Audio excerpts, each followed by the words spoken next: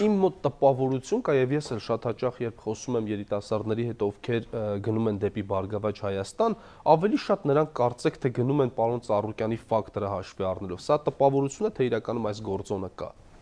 Գիտեք ինչպես, Բարգավաճ Հայաստան կուսակցությունը առհասարակ առանց պարոն Ծառուկյանի ոչ ոք չի կարող պատկերացնել, այո։ Պարոն Ծառուկյանի անձը, իր խարիզման եւ վերաբերմունքը երիտասարդությունը բավականին դրական հետևանքներ է թողնում եւ երիտասարդության մեծ մաս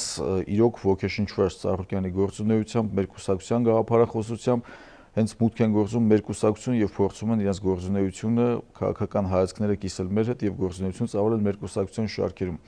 Օգտվելով առիթից ուզում եմ ասել, որ պարոն Ծառուկյանը բոլոր հնարավորությունները ընձեռում է երիտասարդական միությանը, բոլոր կարող ուժերին, որպեսզի կարողանան շատ է տրամադրում ժամանակ երիտասարդներին։ Այո, մեր միջոցառումներին մասնակցում է,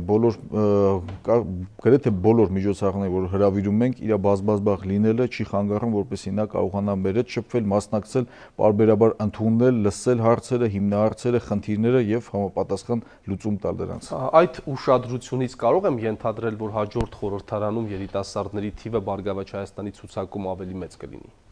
Ասեմ, որ 2010 թվականին թվով 7-րդ համաժողովն էր Բարգավաճ Հայաստան կուսակցության, որը տեղի ունեցավ Ծաղկաձորում, Եղօրյա, այդտեղ ներգրաված էին պատվիրակներ ամբողջ Հայաստանի Հանրապետության մեր տարածքային կառույցներից, բոլոր մեզ անդամակցող կազմակերպությունների ներկայացուցիչներ ունենք նաև բազմաթիվ հյուրեր, որտեղ մենք քննարկել ենք տարբեր քաղաքական հիմնահարցեր մեզ հուզող երիտասարդությանը, որտեղ նաև մի հայտարարություն ենք մենք հրապարակել, որտեղ մասնակցային գործընթացի մասին ասեմ, որ նվազագույնը 10% ապագայում խորհրդարանական ընտրություններին երիտասարդներու մասնակցություն կապահովի։ Բարգավաճ Հայաստան կուսակցությունը այդ հայտարարության ներքո մեծ հաճույքով Բարգավաճ Հայաստան կուսակցության նախագահ պարոն Ծառուկյանը ստորագրեց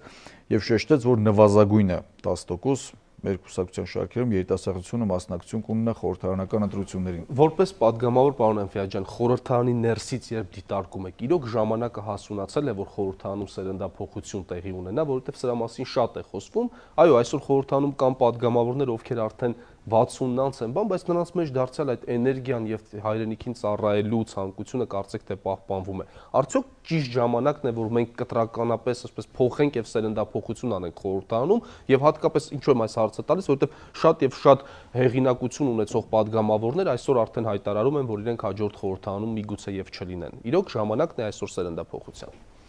Գիտեք ինչպես, սերնդափոխությունը դա դինամիկ մի երևույթ է, որի մասին պետք է միշտ մտածել, իսկ խորհրդարանը ինչ ձևաչափ կունենա, դա ժողովրդի քվեն է։ Այսինքն այն մարդիկ, ովքեր կցանկանան մասնակցել խորհրդարանի գործունեությանը եւ այն մարդիկ, ովքեր որ հավանություն կտան այդ գործընթացին։ Բայց կուսակցությունները իրենք են ստեղծելու այդ ցուցակները եւ ներկայացնելու հասարակությանը։ Այդ արդյոք այսօր ժամանակն է, որ կուսակցությունները ցուցակները թարմացնեն եւ երիտասարդացնեն։ Ես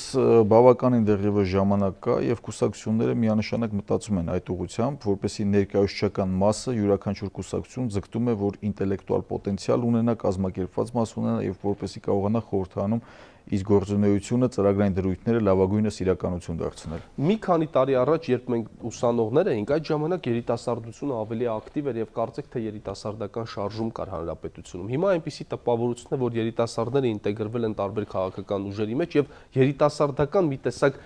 թոհուբոհը կարծեք թե քչացել է։ Այս տպավորությունը կիսում եք իմ թե ոչ։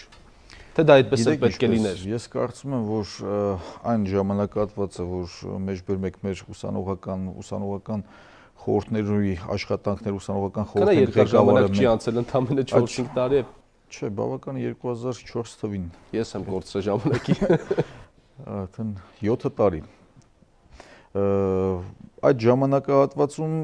բավականին բաներ են փոխվել։ Ես գիտեք ինչպես օրինակ միջոցառումներ կան, որոնք խրախուսում էին եւ ակտիվություն էին մտցնում ուսանողական խորհուրդներում, որոնք այսօրվա դրությամբ չկան։ Դուք ինքներդ Հայկյան մրցանակաբաշխության մասնակցել եք եւ մրցանակակիր եք եղել, թե չեմ սխալվում, այդ ժամանակահատվածում ուսանողական խորհուրդները հնարավորություն ունեին մրցակցելու թե ծրագրերով, թե լավագույն ուսանող խորհրդի ղեկավար։ Բայց բացի այդ, պարոն Էմֆիաջյան, այն ժամանակ, երբ կային հասարակական այնպիսի իրադարձություններ, որոնց ուսանողությունը դեմ էր, նա դուրս էր գալիս, դուրս ցույցեր էր անում, պիկետներ էր անում։ Այսօր կարծեք թե ուսանողությունը մի տեսակ հանգիստ գնում է դասի, հետո սրճարան, հետո տուն կամ մաքսիմում սրճարանի փոխարեն կուսակցություն։ Այդպես չէ իրականում։ Ես այդպես չեմ կարծում, ես մեր կուսակցության մասով ասեմ ու այն բոլոր գործընթացներին ինքս հետևում եմ, որը տեղի ունենում Հայաստանում Հայաստանում, մասնավորապես մայրաքաղաքում, որտեղ բույրի մեծ մասը կենտրոնացած են մայրաքաղաքում, ուսանողական խորհուրդները բավականին ակտիվ են, ու որոշ բուհերում անձնավորված կամ ինչ-որ բան պասիվություն կարելի է նկատել, բայց դա նենց չի, որ սա ընդհանուր պատկերն է, եւ կան հարցեր, որ բոլորը համակարծիք են եւ միասնական են գործունեություն ծավալում։ Այսինքն ապրիլի 24-ի հետ կապված, Սումգայիթի զոհերի հետ կապված։ Ինձ թվում է պատճառներից մեկը, պարոն Էնֆիաջյան, նաեւ այն է, որ ուսխորհուրդները, այսպես ասած, ամբողջությամբ կուսակցականացվեցին։ Միգուցե սա էր սխալը։ Դե ինչպես դա մարդկանց ցանկությունն է, դա դրանց դիրքորոշումն է, ոչ ոք չի կարող։ Հասկանալի է, բայց ամեն դեպքում կամքին եւ ցանկությանը։ Դա այնպես էլ չի, որ բոլոր ուսանողական խորհրդի ղեկավարները քաղաքական ուժերին են հարում։ Կան բազմաթիվ ուսանողական խորհրդի ղեկավարներ, որոնք անկուսակցական են։ Շնորհակալ եմ, պարոն Էնֆիաջյան, եւ վերջին հարցն եմ ուզում ուղղել, ես վերջերս նկատում եմ, որ Բարգավաճ Հայաստան կուսակցության երիտասարդական կազմակերպությունը նաեւ միջազգային կազմակերպությունների եւ արտասահմանյան այլ կուսակցությունների երիտասարդական միությունների հետ է սկսել համագործակցել, սրա նպատակը ո՞րն է եւ այս համագործակցությունը ուր է տանում։ Նախ ուզում եմ ասել, որ Բարգավաճ Հայաստան կուսակցությունը իդեմս նախագահի պայմանագրեր ստորագրեցին 2008-2009 թվականներին Ռուսաստանի Դաշնության խոշորագույն կուսակցության Եդիная Ռոսիայի, Պարտիա Ռեգիոնով, Բելարուսի եւ այդ պայմանագրերի շրջանակներում նաեւ ներգրաված է երիտասարդների համագործակցությունը։ 2010 թվականին արդեն իսկ մենք հրավիրեցինք Եդիная Ռոսիա Молодая Гвардия կազմակերպության ղեկավար ներկայացուցչությանը, որտեղ կլոր սեղան էինք կազմակերպել եւ քննարկում էինք տարբեր ռազմավարական հիմնահարցեր հուզող մեր երիտասարդությանը, որտեղ մասնավորապես մենք մի քանի կետեր ենք առանձնացրել երիտասարդների փորձի փոխանակման, կրթական ծրագրերի, սպորտի, մշակույթի եւ տարբեր ժամանցային ծրագրերի փոխանակման ծրագրերով կարողանանք միասին փոխանակել մեր փորձը։ Ինչ է դա տալիս Բարգավաճ Հայաստանի երիտասարդական կազմակերպությանը։ Ասեմ, որ մեր կարգախոսներից մեկն է մեր խոսքը գործը եւ մենք մեր պայմանագիրը կնքելուց հետո ընդամենը ամիսներ անց ապրիլի 24-ին Եդիная Ռոսիա Молодая Гвардия կազմակերպության կողմից Ռուսաստանում կազմակերպվեց նաեւ ցեղասպանության զոհերի հիշատակին նվիրված մեծ ակցիա, որտեղ նաև 4 լեզուներով նկարներ ցուցադրվեցին տարբեր ազգերի երիտասարդներին, թե ինչպիսի ոչռագործություն են թուրքերը կատարել անցած դարի սկզբին։ Սրանք ձևական փաստաթղթեր չեն, իրենց կազմակերպությունը, իրենց լիազորությունների չափով, մեր կազմակերպությունը եւս իր լիազորությունների չափով մենք համագործակցում ենք եւ մեր գործունեությունը արդեն իսկ պտուղներ է տալիս։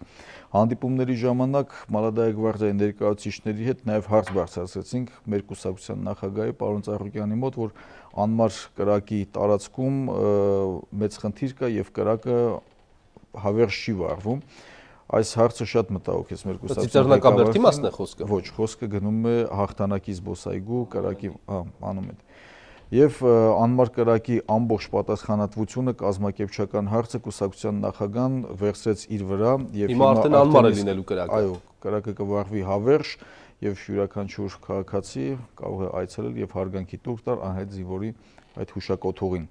Շնորհակալ եմ, պարոն Էնֆիաջյան, շնորհակալ եմ։ Իրոք ձեր գործունեությունը երևում է խորհրդանում, որ դուք փորձում եք լինել երիտասարդության կողքին, դա ողջունելի է։ Շնորհակալություն ձեզ հրավերը ստանալու համար։ Հարգելի հեռուստադիտողներ, այս պահին զրուցում էինք ազգային ժողովի падգամավոր Բարգավաճ Հայաստան կուսակցության խորհրդանական ֆրակցիայի անդամ Վահե Էնֆիաջյանի հետ։ Կհանդիպենք վաղը։